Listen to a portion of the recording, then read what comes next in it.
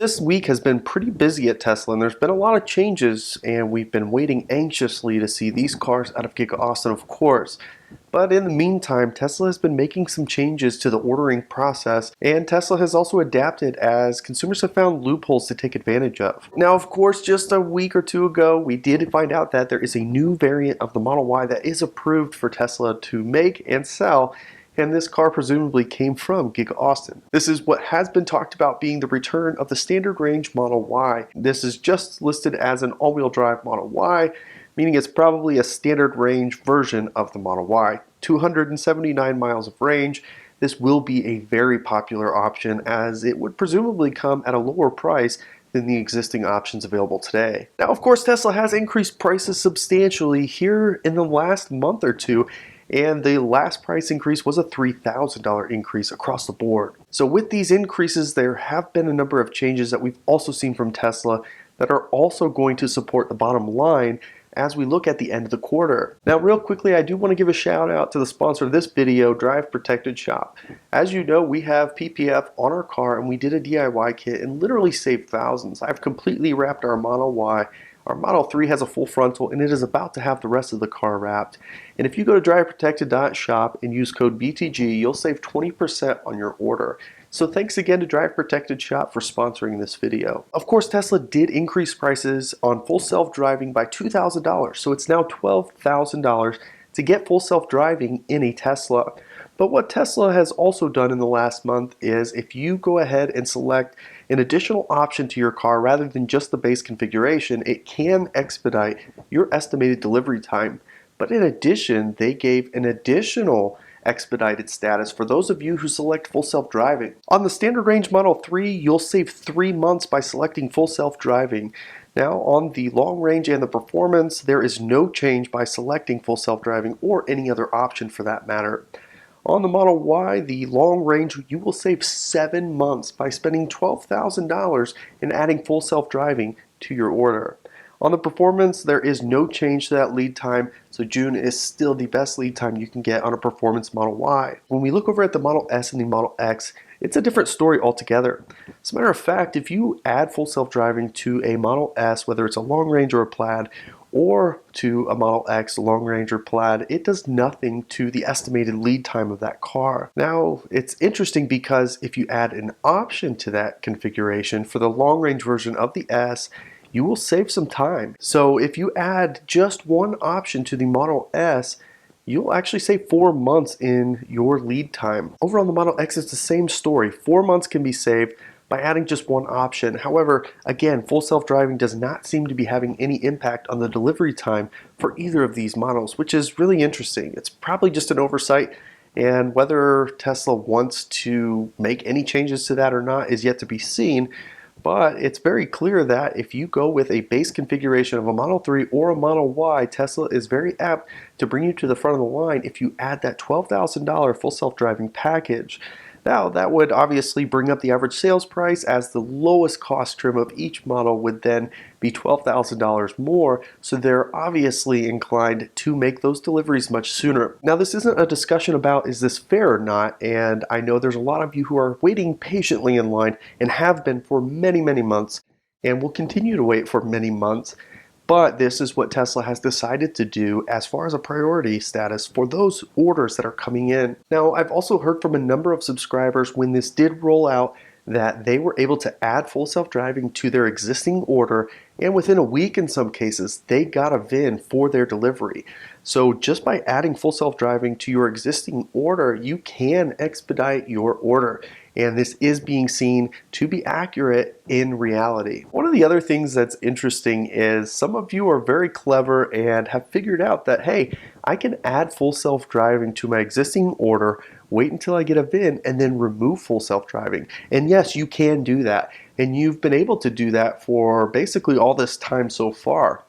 Tesla's kind of figured out this loophole though, and they are now making it clear on their website that if you remove full self-driving, it will delay your order. So whether that actually does delay your order or not is going to be a case-by-case basis, but Tesla is clearly targeting those of you who are trying to take advantage of that and remove full self-driving right before you take delivery.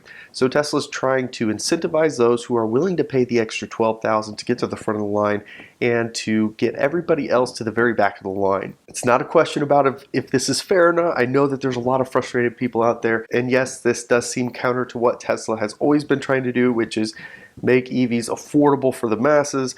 But we've seen a lot of changes in that as Tesla's stock price continues to skyrocket towards all-time highs here, hopefully very soon.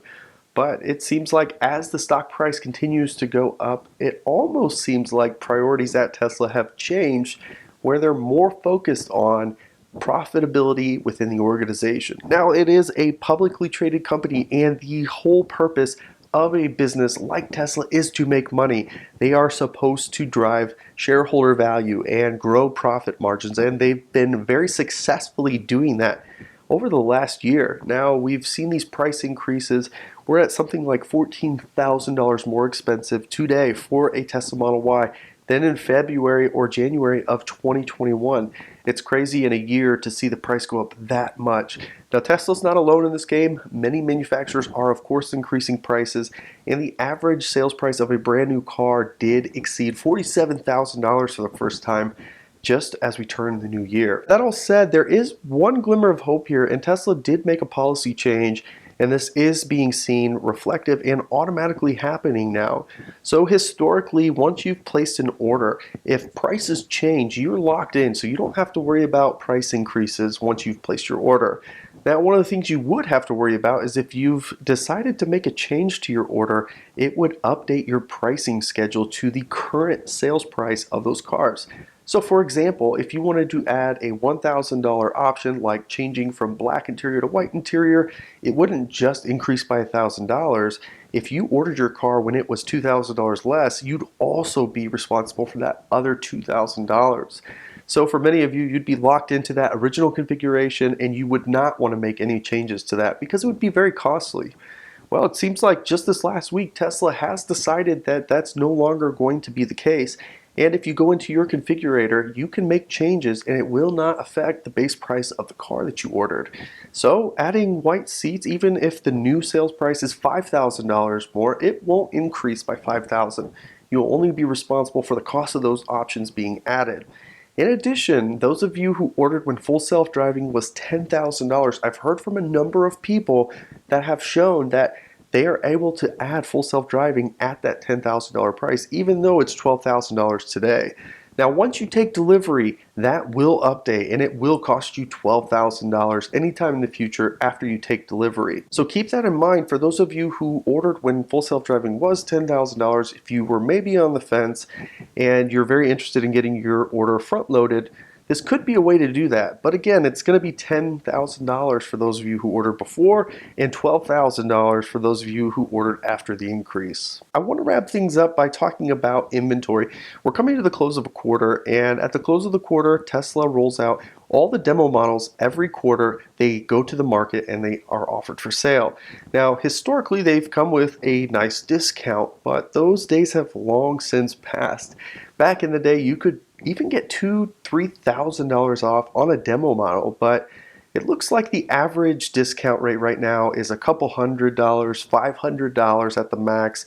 And if you look at all the Model Ys available in the country, there's only one that has a discount, and it's about $500. So these are demo models, generally speaking. Some of these are rejected deliveries. Some of these are orders that were canceled when the car was delivered. So there are a couple of non-demo models, but generally speaking, all those demo models are now available for sale. If you go to Tesla Stat's website, you can check the inventory across the country. This has been the best way that I have found to be able to find cars that are outside of your area. Tesla will limit you to within a 200-mile scope of where you're located to be able to find what existing inventory is available. So this is a great way to see all the cars across the country and then try to get in contact with Tesla to get a specific VIN that is out there. There's nothing wrong with demos, and as you'll see in the comments, many of you have taken delivery of a demo model and had zero issues. These are going to be sold as brand new cars. They'll have the full warranty, and there should be no issues with these cars anyways. So this is one way to get your car faster without spending $12,000, but do keep in mind, all of these cars, at least from what I can see, have full self-driving added to them. And historically, Tesla has been willing to remove that, but that may have changed here recently.